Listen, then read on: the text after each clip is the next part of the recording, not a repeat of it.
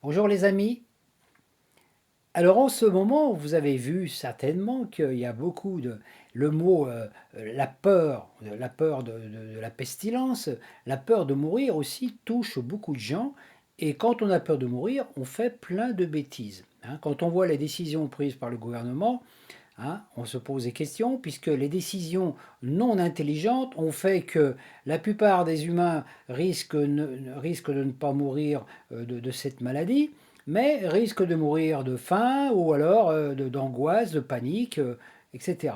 Donc j'ai décidé de faire cette vidéo qui m'a été inspirée un petit peu ce matin par rapport à ce sujet, l'immortalité.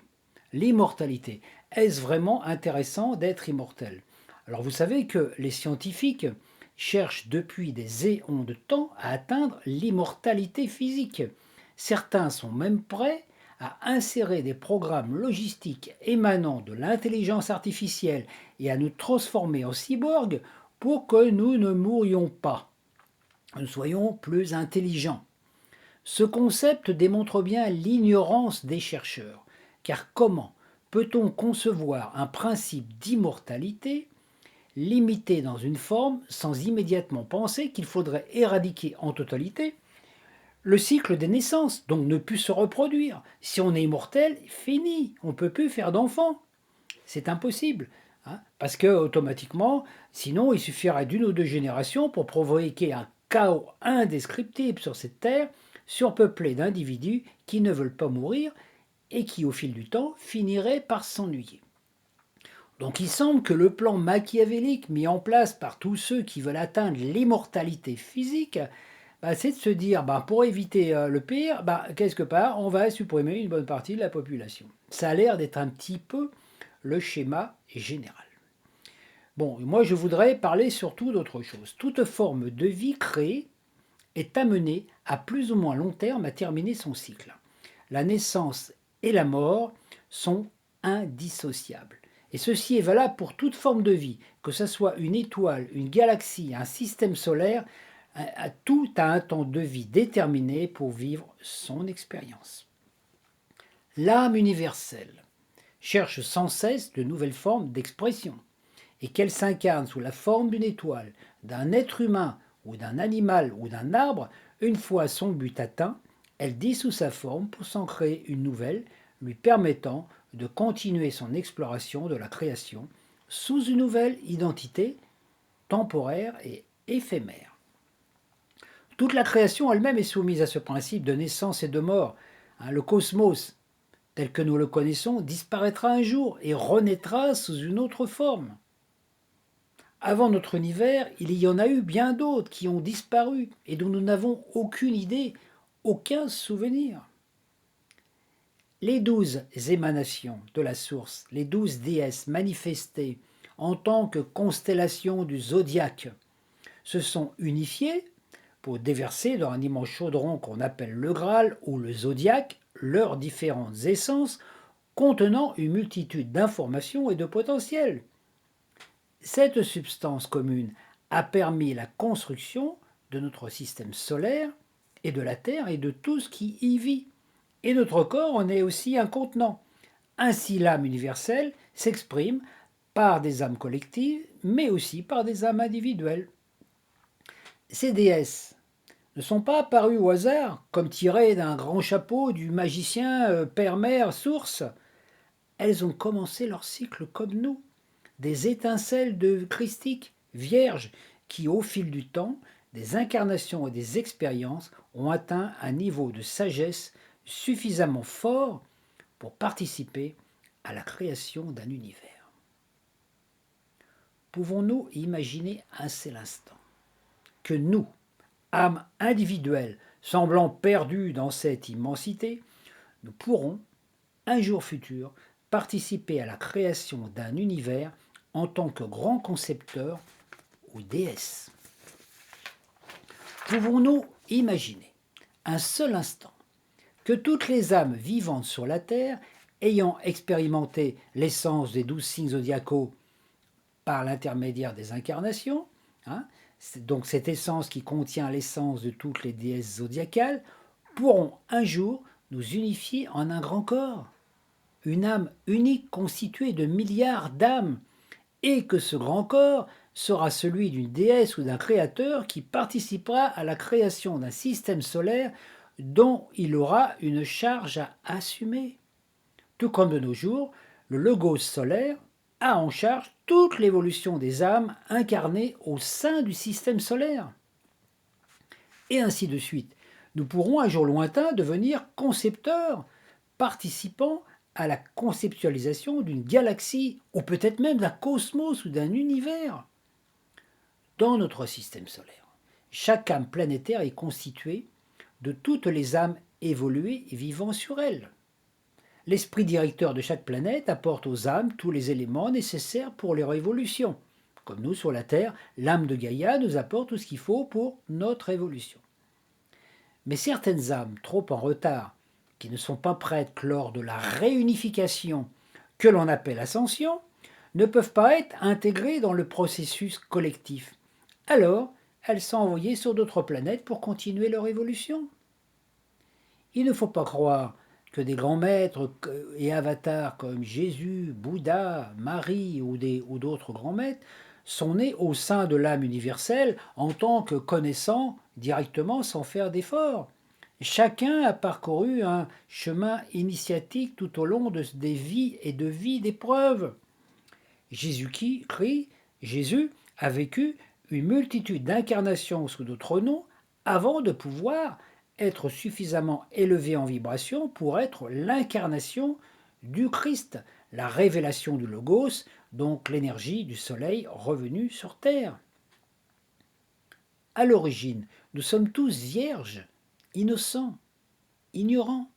Nous possédons en notre âme, qui est une pure vibration, une onde ultrasonique musicale, tous les potentiels de la source, mais ce n'est qu'en expérimentant ceci que notre âme grandit en sagesse et connaissance. Tout comme un musicien qui posséderait toutes les partitions cosmiques de tous les créateurs de mélodies et de symphonies, mais qui ne fera l'expérience de celle-ci qu'au fur et à mesure qu'il apprendrait à les jouer avec son instrument, sinon ça reste un potentiel.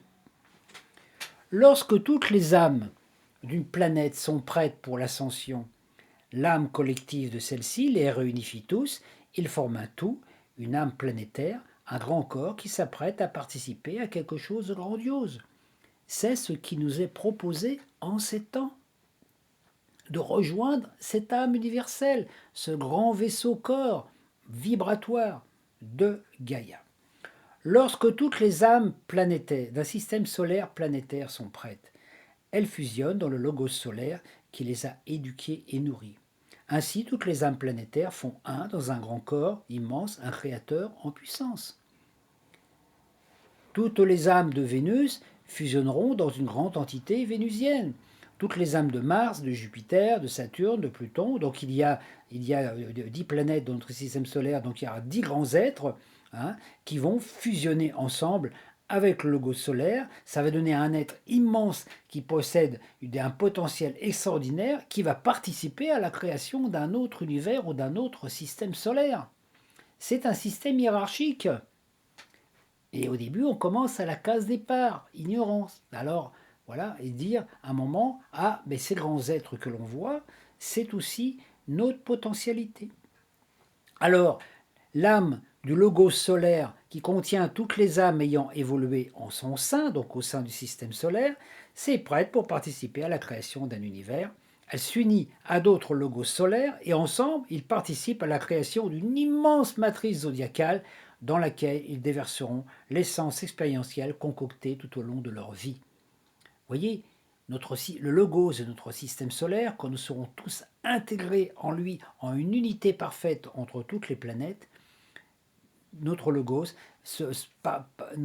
donc le grand maître qui est Christ de notre univers, participera à la création d'un autre système solaire, peut-être même d'une galaxie ou d'une étoile lointaine dans une autre dimension, parce qu'il y a encore plein de choses à imaginer. Pouvez-vous imaginer un seul instant qu'un grand maître, aucune grande déesse zodiacale ait vécu dans le passé une expérience quasi identique à la nôtre en ce monde actuellement? Peut-être Vous demanderez-vous, mais où sont les planètes et les systèmes solaires où ont vécu ces grandes déesses? Elles ont disparu. Elles ont été réintégrées dans la masse de l'antimatière par l'intermédiaire des trous noirs. Nous ne devons pas oublier que la matière visible, donc la masse visible de l'univers, de tout l'univers multidimensionnel, ne constitue que 5% de la lumière originelle. La lumière électromagnétique qui transforme les ondes quantiques en électrons visibles ne représente que 5% de la lumière source. Regardez toutes les planètes, toutes les étoiles que vous voyez, hein, quand vous regardez même avec un télescope, ça représente que 5% de la réalité. Tout comme notre corps physique ne représente que 5% de notre soi conscience. Les 95% invisibles sont pourtant là, en notre corps, au cœur de nos cellules, en tant qu'ondes, au sein même de nos électrons. Cette lumière invisible, c'est elle qui nous donne la vie. Les physiciens la nomment force électrofaible, certains la nomment Eros. C'est une énergie de vie, une énergie féminine, la polarité féminine de l'énergie Christ. Notre conscience, c'est notre ciel, est omniprésente. Elle est pure onde vibratoire, et lorsque nous portons attention sur un endroit ou sur un principe, donc par une intention, l'onde de probabilité se transforme en électron, générant la forme de vie que nous avons pensée, à l'endroit où nous l'avons pensée. Là où se pose notre attention, surgit l'énergie qui, assemblant les particules, crée la forme. Vous voyez pourquoi nous sommes là aujourd'hui, sur cette terre, aujourd'hui, parce que notre conscience supérieure a porté son attention sur ce monde, parce qu'elle a eu envie d'en faire l'expérience. Ainsi, plus notre conscience s'agrandit, s'ouvre à d'autres possibles invisibles, plus notre univers s'agrandit. Nous faisons naître dans notre royaume intérieur des nouveaux possibles, invisibles mais bien réels. Les neurones de notre cerveau s'assemblent et créent des organes adaptés à notre nouvelle vision. Il y a des milliards et des milliards de neurones dans notre cerveau que nous n'utilisons pas. Nous n'utilisons même pas 5% des capacités de notre cerveau. Notre cerveau est de nature cristalline, nous n'utilisons même pas que 5% quand nous observons les choses visibles, alors qu'il y a tout l'invisible. Dès l'instant que vous portez votre attention sur un concept invisible, on vous parle de quelque chose, par exemple, qui n'a pas encore été démontré, et si vous y portez votre attention et vous y croyez, vous créez dans votre cerveau un circuit synaptique qui va vous permettre de conceptualiser cette chose à laquelle vous pensez. C'est comme ça qu'un jour, un homme a pensé qu'en regardant un oiseau, elle se dit, tiens, l'homme peut voler peut-être. Et puis, avec le temps, il y a eu tout ça. Et puis maintenant, on a des avions qui volent ou des fusées. Parce qu'un jour, donc, le potentiel, et c'est ça être un génie, c'est être capable d'amener dans le monde visible quelque chose qui est encore invisible. Donc quand on croit aux choses invisibles et qu'on a foi en ces choses, on devient des créateurs de ces choses, donc on devient des innovateurs en puissance. Alors que la plupart du temps, la masse populaire attend que quelqu'un ait fait le truc pour dire ah oui, c'est vrai, ah, ils en ont parlé à la télé, alors c'est vrai. Hein, par exemple, voilà, ah bah si, ça c'est, il y a un tel qui a inventé ça, donc c'est vrai. Mais tant que c'est pas conceptualisé, c'est pas vrai pour eux. Ben nous, c'est ce qu'ils nous demandent de faire, le contraire, c'est d'imaginer, je dirais, de donner le moins possible d'attention aux choses visibles et de donner de plus en plus d'attention au monde visible. C'est cela l'expansion de conscience. Il y a des gens qui, par exemple, ne connaissent rien des planètes et des étoiles. Il y a des gens, ils ne savent même pas ce que c'est, Saturne, Jupiter, Pluton, ils ne savent même pas. Ben pour eux, dans leur univers, ça n'existe pas. Ils ne pourront jamais capter l'énergie de Pluton ou autre, parce que pour eux, Pluton n'existe pas dans leur monde. Vous voyez, l'attention est créatrice. Là où se pose votre attention, vous créez l'énergie qui crée la forme. Donc actuellement, on est ici. Hein. Alors, voilà. Alors, il faut convenir que rester prisonnier d'un corps à 3D pour l'éternité, vous voyez, si on était immortel physiquement, ça serait une pure hérésie. On serait coincé dans une forme. Hein. L'immortalité consiste à être capable de transférer les mémoires résultant de nos vécus antérieurs dans la nouvelle forme de vie, donc dans l'incarnation présente. Par exemple, dans l'incarnation présente, hein, j'ai en moi, comme vous, vous avez en vous, toutes les mémoires de toutes mes expériences antérieures. Notre ADN contient tout ceci. mais nous n'y avons pas accès directement, car il ne s'agit pas d'enregistrer toutes les expériences vécues, hein, puisque nombreuses sont identiques, mais la quintessence, la sagesse émanant de celle-ci. C'est comme si, par exemple, vous aviez décidé de tourner un film et que voilà, vous tournez plusieurs fois le film, le même film, puis vous faites des rectifications sans arrêt. Ah, ça n'a pas marché, vous voyez, hein, quand on voit les making-of des films, vous voyez, il y a tout un montage qui se fait. Bah, à la fin, ce qui est important, c'est le film. Après, vous n'allez pas regarder le making-of d'un film qui dure 3 heures, par exemple, comme Le Seigneur des Anneaux, ben, et c'est perturbant. On s'en fout du making-of. Ce qui nous intéresse, c'est le film. Et l'univers, ce qui les intéresse, c'est l'histoire qu'on écrit. Alors si on refait une fois, deux fois, trois fois, quatre fois, cinq fois, six fois les mêmes essais tout au long de nos vies, et que des fois on passe 10 vies à faire les mêmes trucs, l'univers il n'en veut pas de ça. Et tout ça, ça fait un amas d'informations qui alourdit notre corps astral, qui enferme notre conscience dans la matière grise et qui nous empêche d'avoir accès à d'autres possibles. Imaginez qu'on vous demande de raconter votre vie avec tous les détails depuis votre naissance. Il vous faudrait un temps incroyable, et tous ces détails inutiles ne feraient qu'alourdir votre narration et endormir ceux qui vous écoutent, hein. Voilà. Il faut donc extirper de notre ADN tous les détails inutiles, afin de n'écrire simplement que la légende de notre vie qui sera inscrite dans le ciel, la conscience. Et notre ADN fera partie intégrante de l'akasha collectif, car nous aurons écrit notre légende.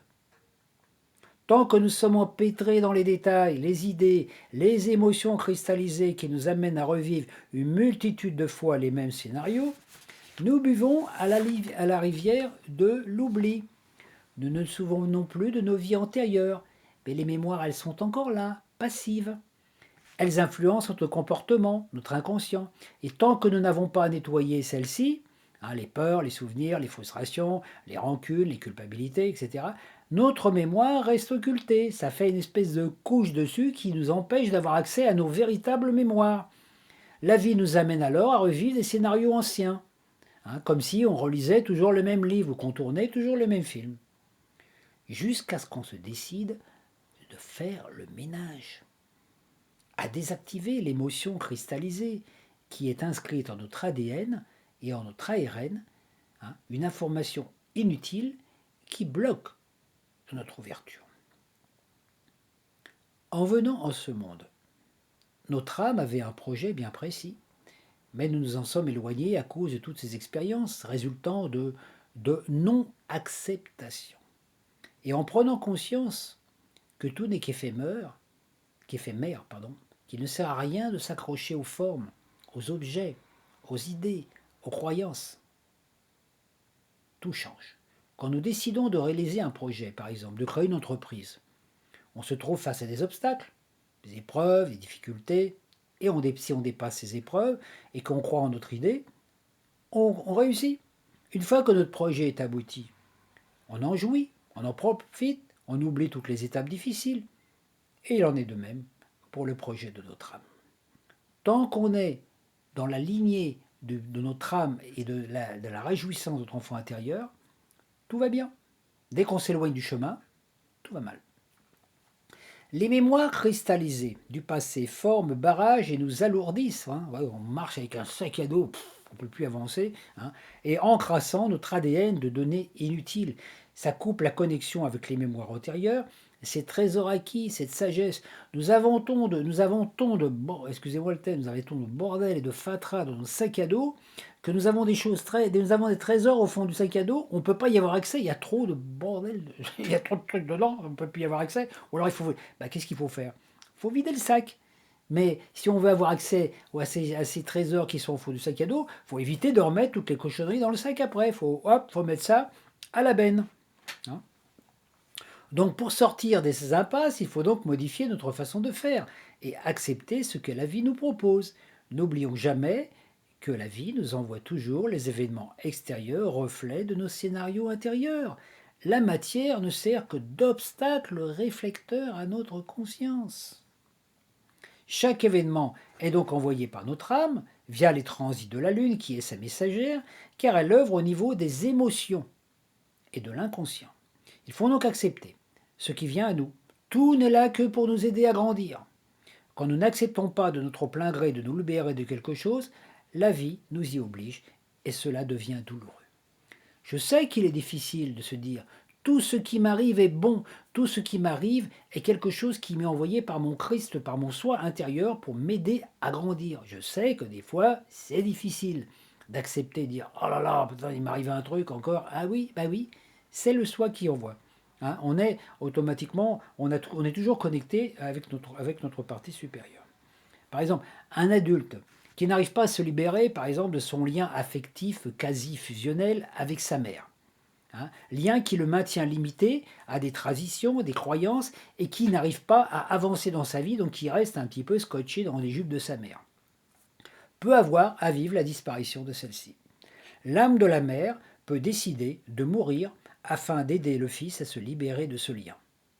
Malheureusement, si le fils ne comprend pas le message, c'est encore plus douloureux parce qu'il reste quand même cristallisé. Donc la mère est morte pour rien quelque part. Hein. Ainsi, quand nous acceptons de nous libérer d'un lien avec une personne, hein, sans rancune, simplement au revoir, pardon, voilà, hein, nous pouvons lui sauver la vie. Elle n'est pas obligée de mourir. Ce processus arrive dans les familles, dans les liens entre parents et enfants. Certains enfants acceptent de partir, de mourir jeunes pour favoriser l'éveil de leurs parents, ou ils s'incarnent sous une forme handicapée pour obliger les parents à faire une prise de conscience. Et si nous sommes capables de faire nos prises de conscience par nous-mêmes, nous évitons d'attirer ce genre de situation. Donc nous permettons aux gens qui vivent autour de nous, nos enfants, nos descendants, de vivre des belles vies, et nous n'attirons pas dans notre vie des personnes qui ont des problèmes d'handicap, etc. Parce que l'âme qui vient qui vient avec un handicap physique a aussi une expérience à faire, mais souvent c'est pour aider les parents à apprendre à faire une prise de conscience. Tant que nous résistons aux événements, notre corps stigmatise ces douleurs en douleurs. Si nous acceptions les événements de la vie sans résister, alors tout serait plus facile. C'est ce qu'ont toujours préconisé les sages.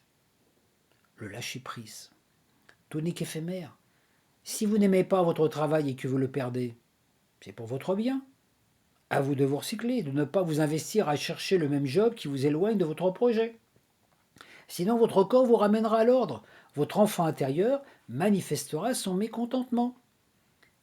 Dès qu'on accepte de se libérer des vieux schémas antérieurs, les traumatismes, les remords, les nostalgies, les souvenirs, les rancunes, les culpabilités, on allège le corps astral, l'émotionnel. Et on sort des basses fréquences de l'ombre du passé. On avance face au soleil. Notre ombre est derrière nous. Elle ne nous dérange plus. Alors nous pouvons continuer notre expérience en compagnie de notre enfant intérieur qui est messager de notre âme. Nous dialoguons avec lui. Notre voix intérieure nous guide. Hein, voilà, notre enfant intérieur se réjouit. Nous buvons à la source du souvenir. Nous ne buvons plus à la lumière à la source de l'oubli, mais à la source du souvenir. Notre connaissance acquise lors de ces vies passées ressurgit. Nous trouvons ce qu'il y a au fond du sac à dos. Nous retrouvons le fil de notre mémoire, débarrassé de toutes les scories. Alors notre vie prend un sens. Nous faisons le métier qui nous correspond, nous trouvons la joie de vivre, notre souvenance nous aide à percevoir ce qu'est l'immortalité, un transfert d'informations. Et la clé de notre ADN est dans notre cœur. Chacun a la sienne, unique, une pire vibration, une clé cristalline, vibratoire. Alors, cette réjouissance intérieure réveille nos cellules, les élève en vibration. Nous vivons en harmonie avec notre identité source, notre projet, notre âme. Tout notre système glandulaire est activé, notre système immunitaire s'active, la joie de vivre y participe et nous rajeunissons. Nos cellules modifient leur vibration. Nous accédons à la jeunesse éternelle. Chaque jour, nous buvons cette eau de vie provenant du Graal, de l'eau de vie concoctée par les déesses du grand zodiaque. Et tant que notre âme et notre forme, notre enfant intérieur se réjouissent, notre corps éthérique est nourri par ce fluide cristallin. Bon, il faut un certain temps pour voir les effets dans le monde dense, car la matière est longue à réagir. Mais peu importe, quand on vit dans sa fréquence cristal, hein, on est dans la joie. Regardez, le rire cristallin, le rire déploie. On se sent plus vivant, plus joyeux, plus jeune, au-delà de notre apparence visible qui n'est que 5% de notre réalité. Donc même si on a un certain âge, et puis que apparemment on est un vieux, hein, bah non, à l'intérieur on peut être quelqu'un de encore plein d'énergie, plein de dynamisme, et on n'est pas notre corps, non, on est à partir de là identifié à notre corps vibratoire, notre corps glorieux. Et tout change. Et petit à petit, le corps va finir par suivre. Ça peut demander un certain temps, parce que des fois le corps il est bien désingué, il faut un certain temps, mais ce qui est important, c'est pas la forme de notre corps, notre apparence, c'est qu'est-ce qu'on fait de notre vie, qu'est-ce qu'on fait du souffle qui nous est donné. Quand la clé vibrale est activée, nous vivons selon notre musique céleste. Peu importe notre statut, nos avoirs, nos richesses, nous sommes l'expression parfaite du vivant et capable de nous autosuffire dans tous les domaines de la vie. Tant qu'on reste dans cette fréquence, il en est ainsi. Notre ADN se modifie, s'allège, se restructure, hein, jusqu'à activer les 12 codons ADN qui nous redonnent notre dimension d'origine, hein, qui sont en relation avec les 12 époux zodiacales, hein, les 12 signes astrologiques, etc. Nous ne créons plus aucune maladie. Nous ne donnons aucune attention aux illusions projetées par le monde extérieur. Hein, les scénarios nous enfermant dans l'illusion, les traditions, les trames héréditaires, le passé, les pandémies, etc.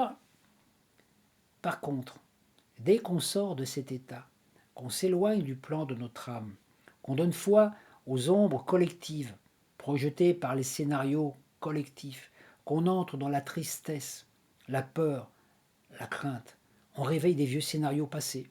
On est alors aspiré dans l'ombre, les idées, les images, les croyances, les lourdeurs, les peurs se réactivent en nous. Notre enfant intérieur est enfermé. Nous n'entendons plus le message de notre âme. Regardez ce qui se passe de nos jours. C'est exactement ça.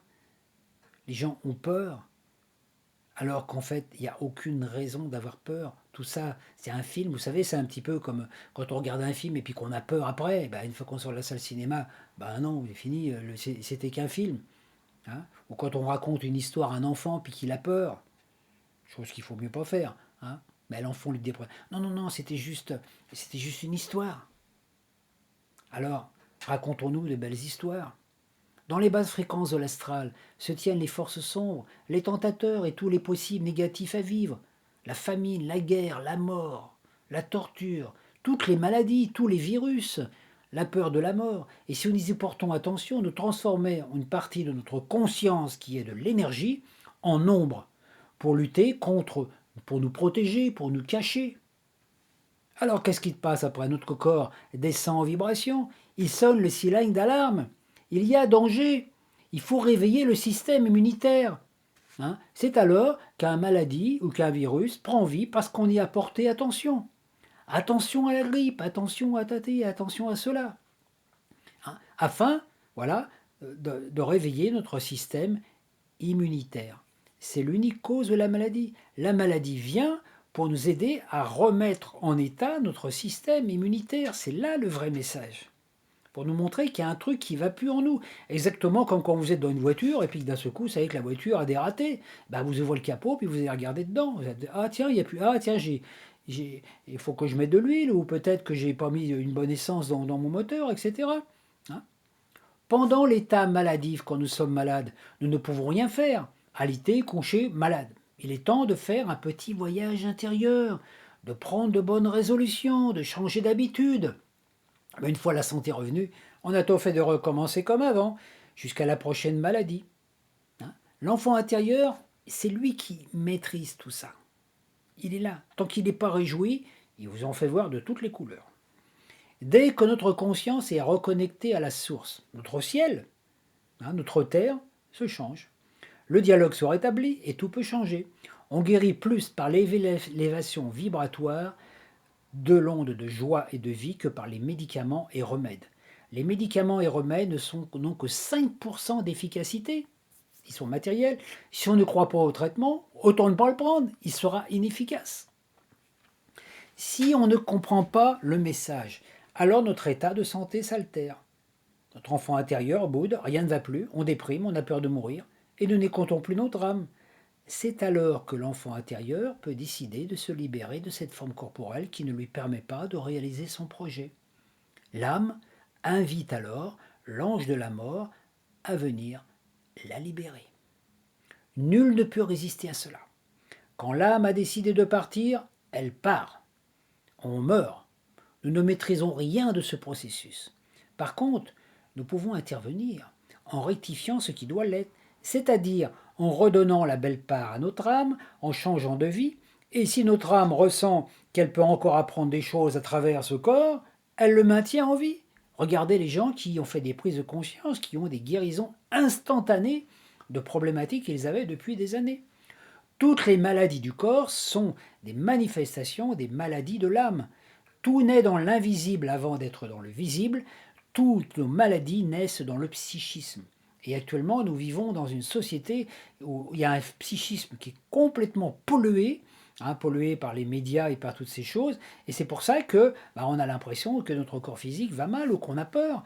Mais en fait, c'est pas important. Ce qui est important, c'est attention de ne pas se nourrir de toutes ces cochonneries qui sont déversées toutes ces poubelles de cochonneries qui sont déversées par des blablateurs télévisés qui disent ah gna gna gna gna gna, chacun, voilà, au bout d'un moment on a la tête comme une citrouille et on a trop d'informations et on ne sait plus où on en est. Les gens sont un petit peu, on voit beaucoup de gens, ils sont déboussolés, les gens ils savent plus qui faut croire, est-ce qu'il y a un virus, est-ce qu'il n'y en a pas, est-ce qu'il faut porter un masque, est-ce que le masque est utile, pourquoi il ne faut pas en porter, Le président il vous dit un truc, 2 jours après il vous dit autre chose, voilà, faut pas porter de masque, vous n'avez pas besoin après, ah bah si, il faut porter des masques, c'est obligatoire, vous voyez, on est été habitué à se soumettre. Donc on a été petit à petit soumis, exactement comme on fait avec les animaux. Quand vous prenez un cheval sauvage et que vous le dressez petit à petit, il finit par vous obéir. Regardez, même avec les animaux, vous prenez un âne, vous l'attachez à un poteau pendant, je sais pas, 2-3 ans, avec une corde de 2 mètres, par exemple. Voilà, vous le laissez pendant 2-3 ans. Voilà. L'âne, il a l'habitude de se balader autour de son poteau de 3 mètres. Puis un jour, un matin, vous arrivez, vous enlevez la corde. L'âne, il peut se balader, il a tout le champ. Non, il va rester au même endroit. Parce que lui, il ne s'est pas rendu compte qu'on a retiré la corde. Ça, c'est nous. On fait pareil. Quand le Christ est venu, quand Jésus est venu nous apporter son message, il nous a retiré la corde. Et puis nous, on fait comme si on avait encore la corde depuis le temps. On subit encore l'Ancien Testament, la loi du karma, la loi du talion, la loi avec la loi du Seigneur des Anneaux. L'Ancien Testament, c'est Saturne, c'est toute l'énergie. Moïse aussi, vous voyez l'Ancien Testament. Et c'est quoi le Seigneur des Anneaux? Regardez nos présidents, regardez tous ces gens. La science, Saturne, c'est la science inhibitrice qui nous impose une discipline imposée. Regardez ce qui se passe de nos jours, où on n'a plus le droit de faire. On a envie d'être libre. Uranus nous donne une envie de liberté, d'être des êtres libres et participer.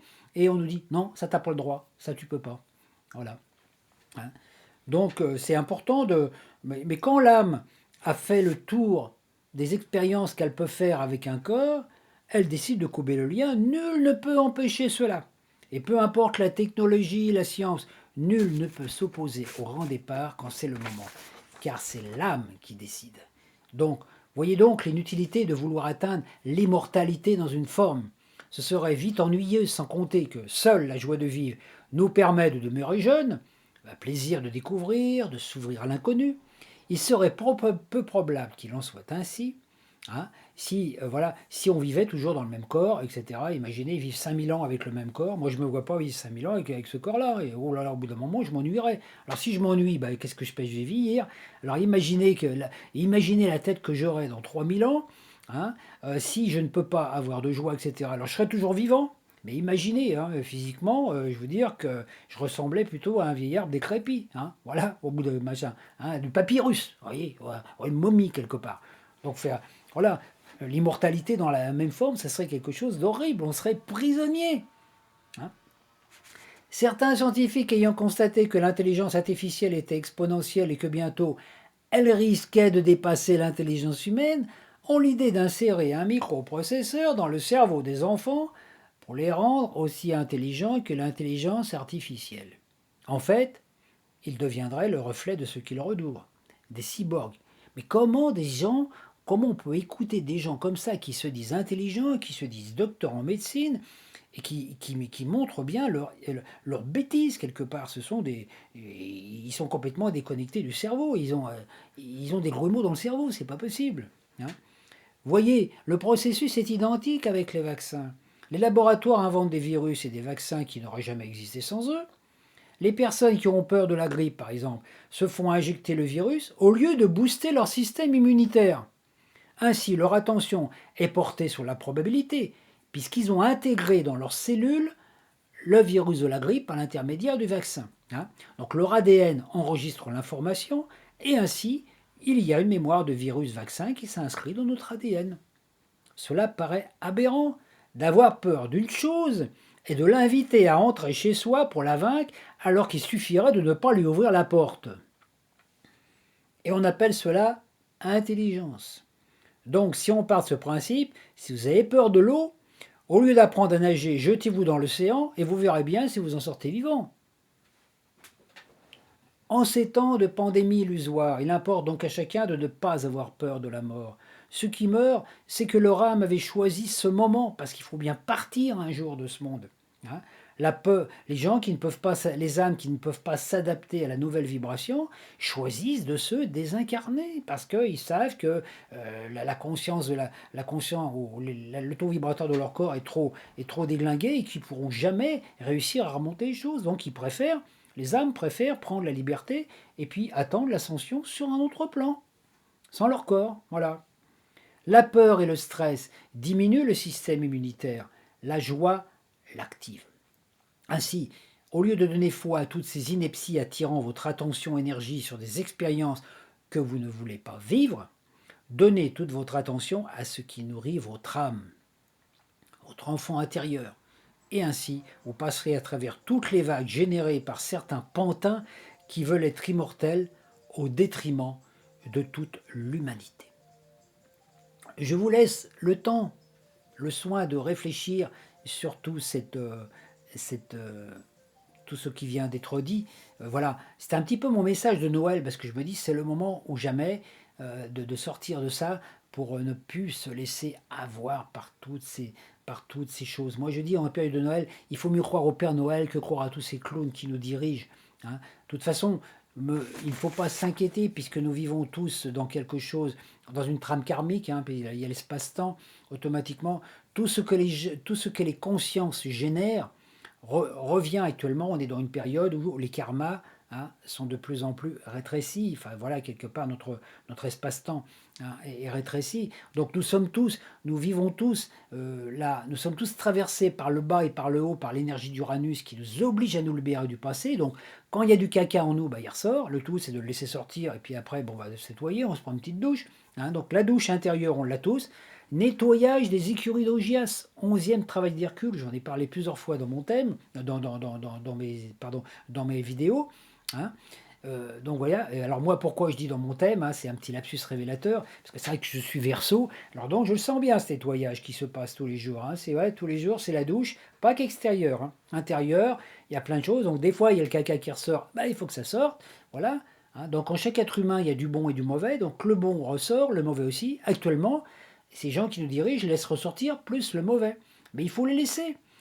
Laissons-les patauger dans leur caca. Ils vont s'enliser eux-mêmes dedans et ils finiront par plus pouvoir marcher parce que à force de prendre des mauvaises décisions et tout, vous voyez, c'est comme s'ils étaient dans une fosse septique quelque part. Et ils en mettent des couches et des couches, ils vont finir par s'être noyés dans la fosse septique. On sait très bien que l'ombre n'a aucun pouvoir en elle-même et qu'elle ne pourra pas résister à ce nouvelle vibration qui vient. Donc actuellement, je vous invite à rester dans la vibration nouvelle. Alors on peut faire plein d'exercices, il y a des gens qui proposent plein d'exercices pour augmenter les vibrations.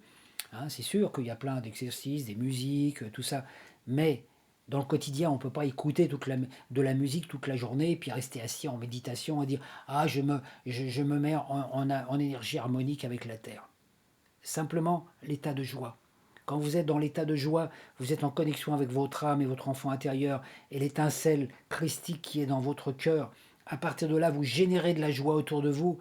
Vous êtes dans une belle vibration, vous êtes dans la lumière. À partir de ça, l'ombre ne vous dérange plus. Ça peut être mon message de Noël. Donc, je dis, croyez au Père Noël qui est en vous. Noël, c'est une nouvelle naissance. Et profitez de cette période de fin d'année, justement, pour renaître, pour ressortir de la crèche comme des Christ ascensionnés.